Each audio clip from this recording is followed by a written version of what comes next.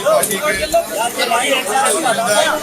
के national president बहुजन मुक्ति party और जनाब शौकत अली साहब जो AIM के यूपी के अध्यक्ष हैं। फिर से रिपीट करें, तो हम तमाम ने मिलकर ये फैसला किया है कि हम लोग उत्तर प्रदेश के आने वाले विधानसभा में हम सब लोग मिलकर चुनाव में हिस्सा लेंगे और तकरीबन 95% सीट्स पर जहां पर हमारे कैंडिडेट होंगे किस पार्टी के होंगे तय हो चुका है। तीसरी बात हमने तय की है कि अगर उत्तर प्रदेश की जनता हमको अपने आशीर्वाद से, अपनी दुआओं से और अपने वोटों से कामयाब करती है तो ये जो अलायंस बना है इसके कन्वीनर जनाब बाबू सिंह कुशवाहा साहब रहेंगे और उसमें ये भी तय किया गया है कि अगर उत्तर प्रदेश की जनता इस अलायंस को, इस मोर्चे को सत्ता देती है तो ये तय हुआ है कि 5 साल के टेन्योर में 2 मुख्यमंत्री होंगे, एक ओबीसी समाज के और एक दलित समाज के, और 3 डिप्टी CM होंगे जिसमें मुस्लिम समाज का भी होगा। तो ये 4 अहम बातें मुझे आप तक बताना था, आप तक पहुंचाना था। अब मैं माइक देता हूं जनाब बाबू सिंह कुशवाहा साहब को, मैं माइक देता हूं जनाब श्री वामन मिश्राम साहब को जो राष्ट्रीय परिवर्तन मोर्चा के अध्यक्ष हैं, वो आपसे बात करेंगे।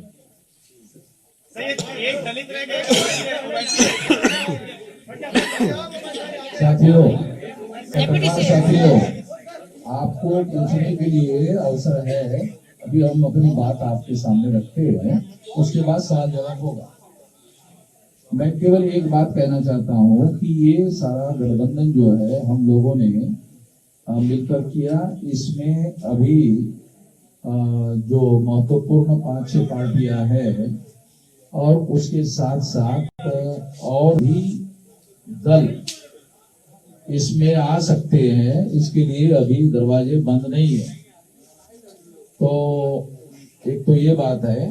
दूसरी बात मैं कहना चाहता हूं कि इस गठबंधन के ऐलान होने के बाद बीजेपी और समाजवादी के बीच में जो लड़ाई हो रही है, अब बीजेपी और समाजवादी के बीच में लड़ाई नहीं होगी, बीजेपी और हमारे भागीदारी परिवर्तन मोर्चा के बीच में लड़ाई होगी। अब समाजवादी गठबंधन तीसरे नंबर पर चला जाएगा। आप सभी साथियों को नमस्कार। साथियों, अभी जनाब ओवैसी साहब ने और बावन मिश्राम साहब ने जो हम लोगों ने भागीदारी संकल्प मोर्चा भागीदारी परिवर्तन मोर्चा बनाया, उसके बारे में आपको जानकारी दी। हम लोगों ने 5 पार्टियों ने मिल करके अभी ये भागीदारी परिवर्तन मोर्चा बनाया है। इसमें ओवैसी साहब की पार्टी है, हमारी जन अधिकार पार्टी है, बावन मिश्राम साहब का परिवर्तन मोर्चे की तरफ से है और बहुजन मुक्ति मोर्चा के साथी हमारे बैठे हुए बहुजन मुक्ति पार्टी के और भारतीय वंचित समाज पार्टी के आदरणीय रामचंद्र कश्यप जी हैं और जनता क्रांति पार्टी के कमलेश चौहान जी हैं। इन लोगों ने मिल करके हम लोगों ने अभी इस मोर्चे को बनाया है और कुछ साथी और हमसे संपर्क में हैं, तो वो जल्दी हो 1-2 दिन में उनसे बात करके जो साथी हमसे जुड़ना चाहेंगे उनको हम अपने साथ जोड़ेंगे। हमारे जो मोर्चे का लक्ष्य है, जिस विचारधारा के साथ हम लोग चल रहे हैं, हम बाबा साहब अम्बेडकर को मानने वाले लोग हैं, संविधान को मानने की चाहत है, जो संविधान की मंशा है। हम संविधान वादी लोग हैं। हमारा पहला नारा है कि जिसकी गिनती संख्या भारी उसकी उतनी हिस्सेदारी।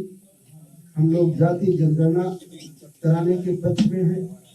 एक समान शिक्षा पद्धति, निःशुल्क शिक्षा और अनिवार्य शिक्षा, नई शिक्षा नीति के आड़ में जैसे पिछले साल कोरोना महामारी की जब शुरुआत हुई और 2 महीने सबको पूरे देश को बंद करके अंदर रखा गया, उस 2 महीने में जो 4-5 कानून बने, एक कृषि का कानून बना जिसको अभी वापस लिया गया, 1 साल किसान आंदोलन करते रहे। उसी तरह कृषि के बाद बिजली का कानून बना, लेबर एक्ट बना और नई शिक्षा नीति भी बनी। वो नई शिक्षा नीति ऐसी है कि जिस दिन वो जमीन में उतरेगी उस दिन आप हम सभी को पता चलेगा कि वो हमारे हित में है या हमारे बच्चों के नुकसान में। हम जहाँ तक समझ पाते हैं वो नई शिक्षा नीति भी कृषि कानून की तरह वो भी हमारे और आपके बच्चों के हित में नहीं है। पिछड़ों का जो रिजर्वेशन रोका गया उसको शुरू किया, लेकिन पूरी तरह नहीं शुरू किया, वो शुरू होना चाहिए। निजी क्षेत्रों में भी SC, ST, OBC का रिजर्वेशन लागू करने के पक्ष में हैं हम लोग। और जो अभी किसान की जो फसल खरीदी जाती है उसके लिए जो उनकी मांग थी कि सरकार एक गारंटी कानून बनाए कि उससे कम में खरीद न हो।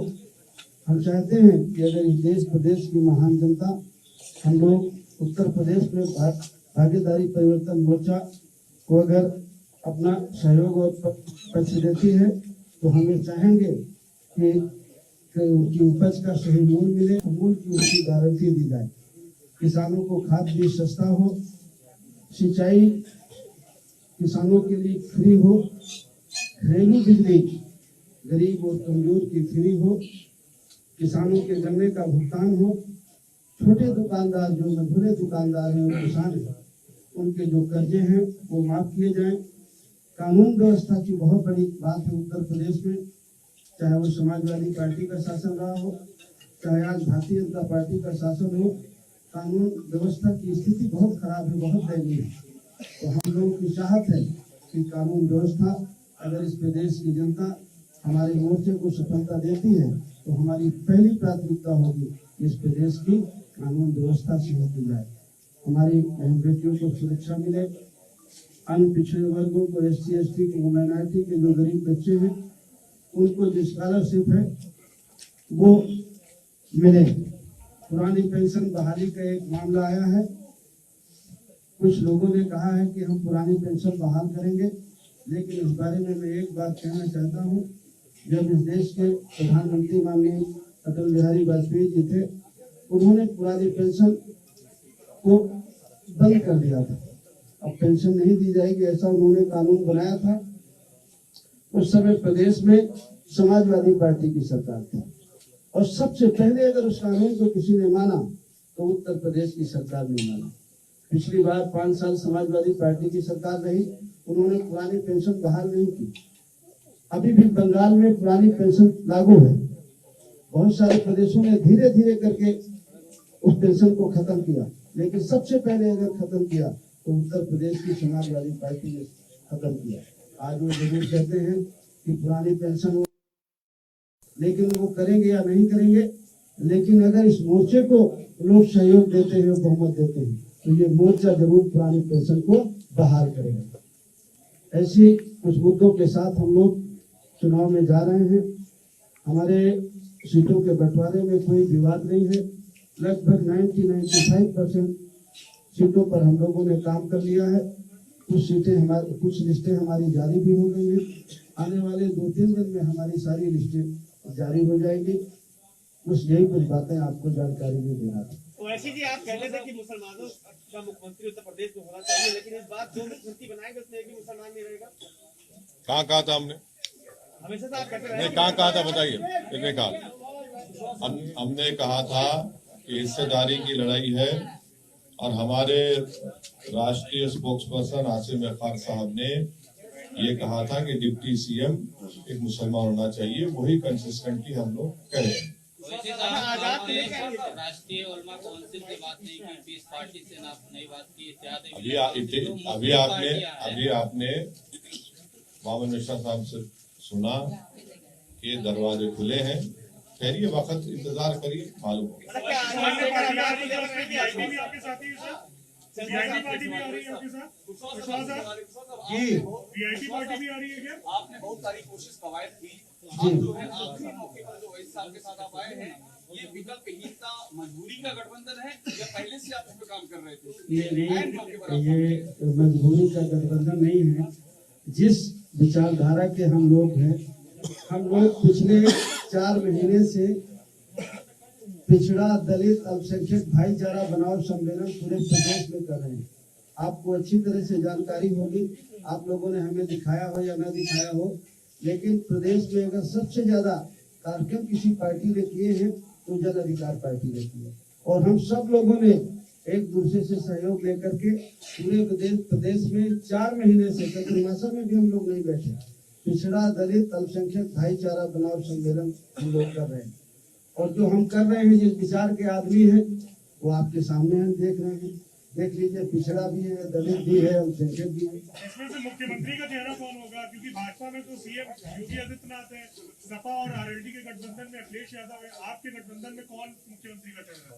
देखिए, अब हमारे गठबंधन में अभी तो मुझे आप लोगों ने कहा है कि मैं संयोजक हूँ, बाकी अब आप लोग से पूछ लीजिए। अभी आप लोगों के सामने हम लोगों ने सलाह मशवरा करके घोषित करने के लिए ओवैसी साहब को कहा था, और ओवैसी साहब ने घोषित किया कि इस गठबंधन के 2 मुख्यमंत्री 5 साल के टेन्योर में होंगे। एक पिछड़े वर्ग में बाबू सिंह जी है और एक दलित का होगा, यानी शेड्यूल कास्ट का होगा, उसका चेहरा घोषित किया जाएगा।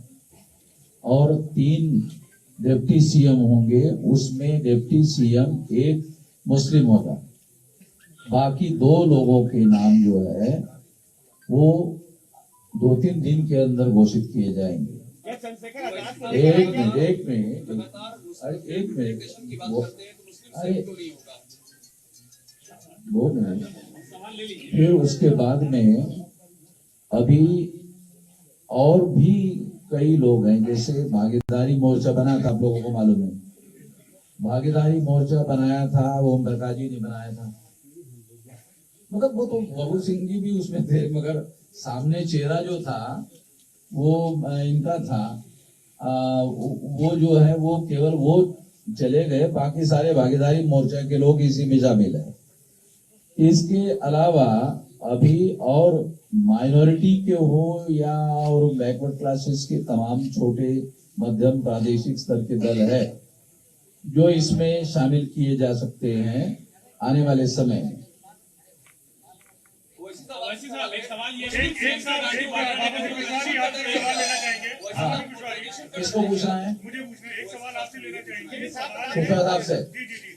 एक सवाल ये है कि स्वामी प्रसाद मौर्य ने अभी एक बड़ा ही मन से भी घोषणा की, जिसके साथ हम जाते हैं वहां पे सरकार बनती, उसकी हम सरकार बनाते, तो उन्होंने अपने आप को किंग मेकर घोषित कर दिया है चुनाव से पहले। आपको इसके क्या मायने दिखाई देते? क्या आपको लगता है कि उनकी बात में दम है?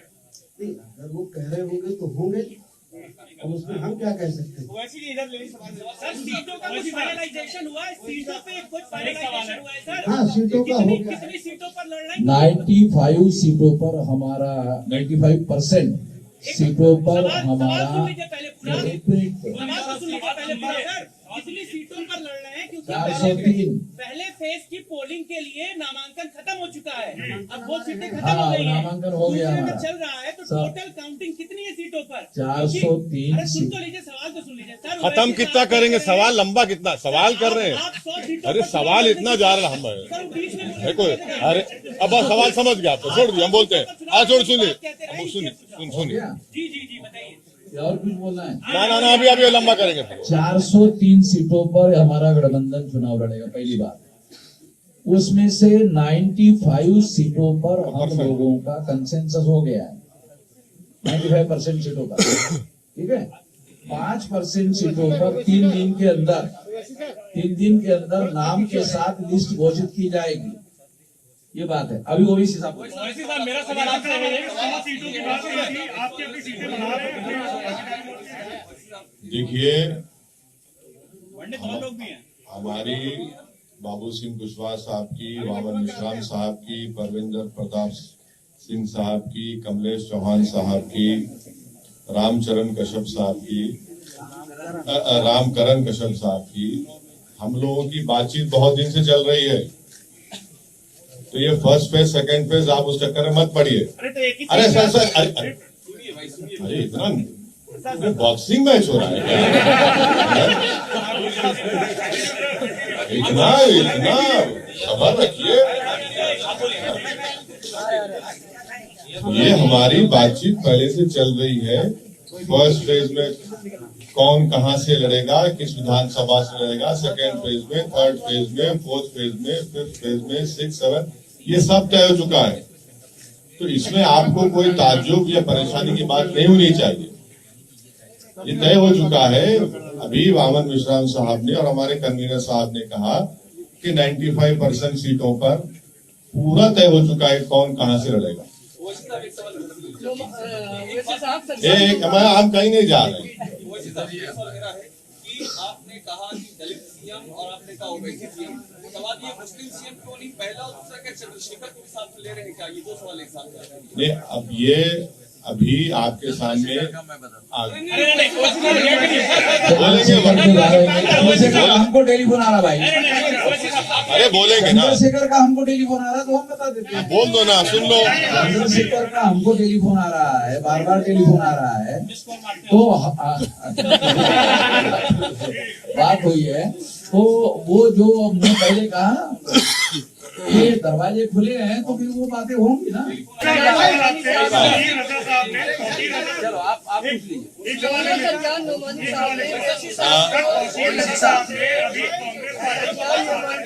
नहीं मुझे कुछ नहीं जरा एक करके पूछिए, एक करके।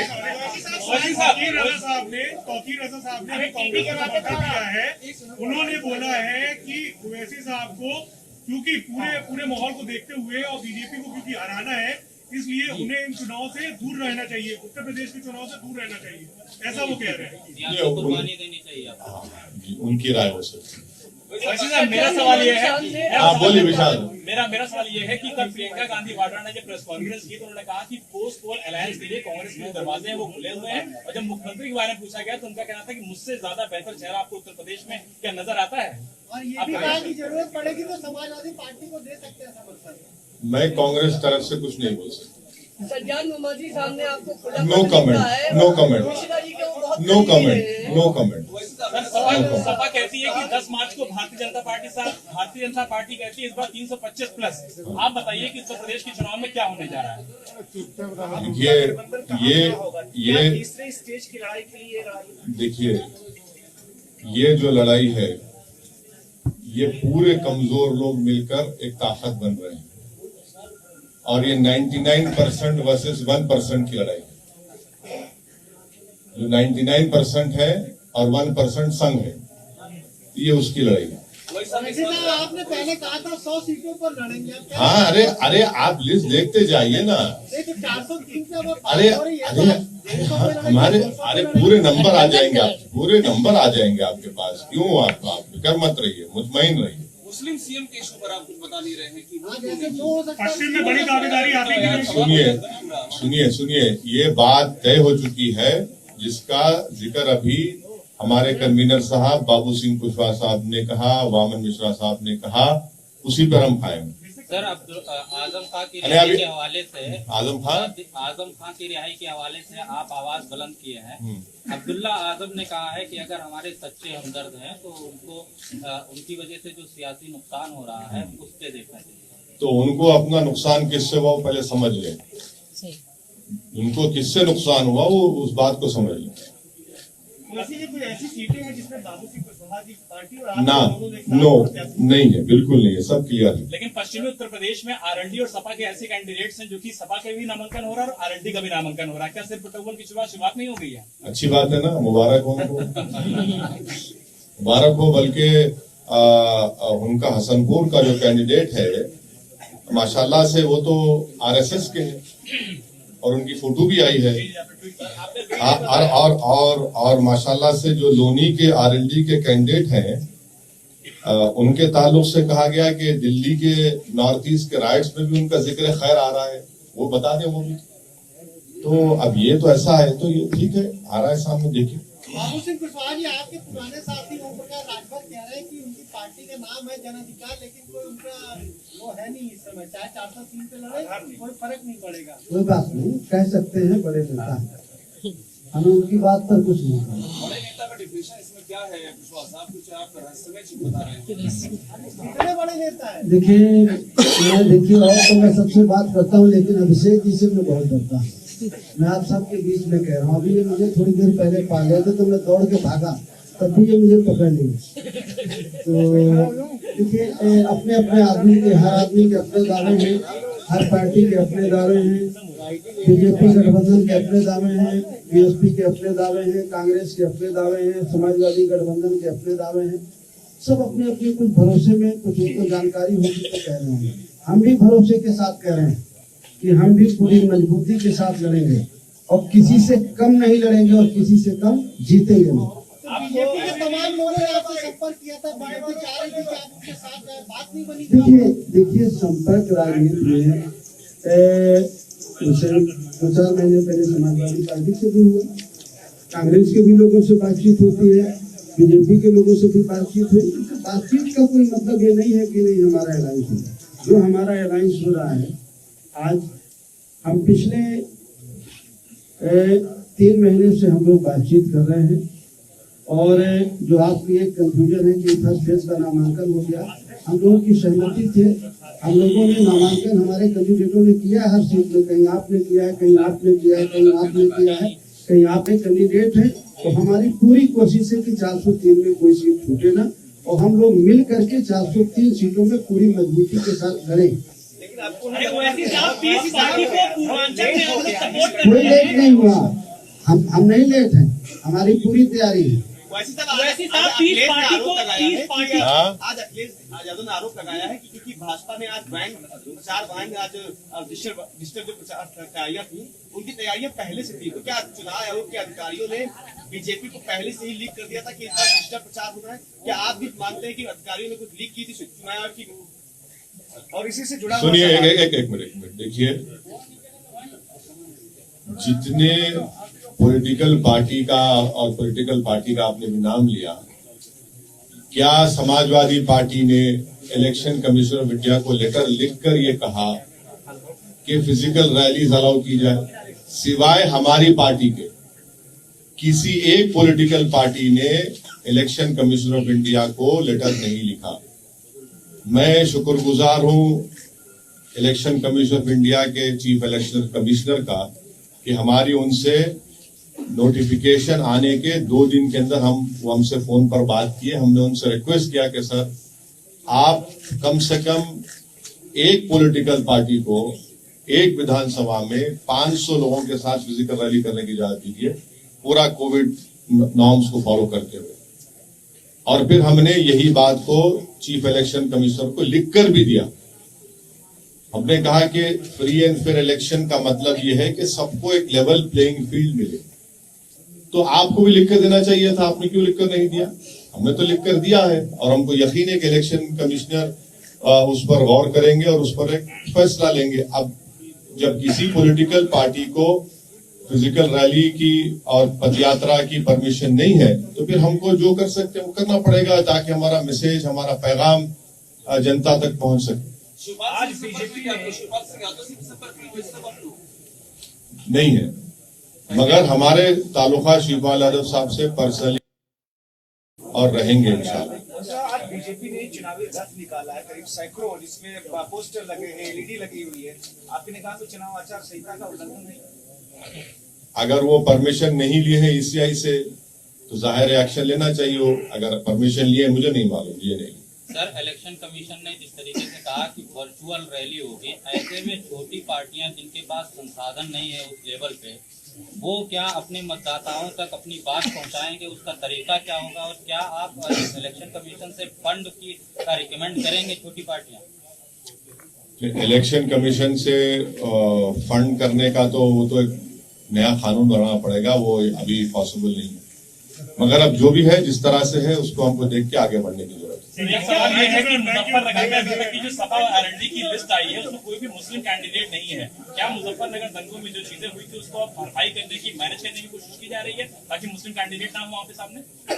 मेरा मानना यह है कि एक बहुत ही सोफिस्टिकेटेड तरीके से वहां पर अल्पसंख्यक समाज की पॉलिटिकल वॉइस को दबाने की कोशिश हो रही है। ईवीएम से सर कैसे लड़ा जाएगा? हाँ, ईवीएम का जो सवाल है उस पर क्या कहें? आपको शक है? सभी को है, बहुत सारे आपको है? अच्छा, चलिए चलिए सर, थैंक यू सर।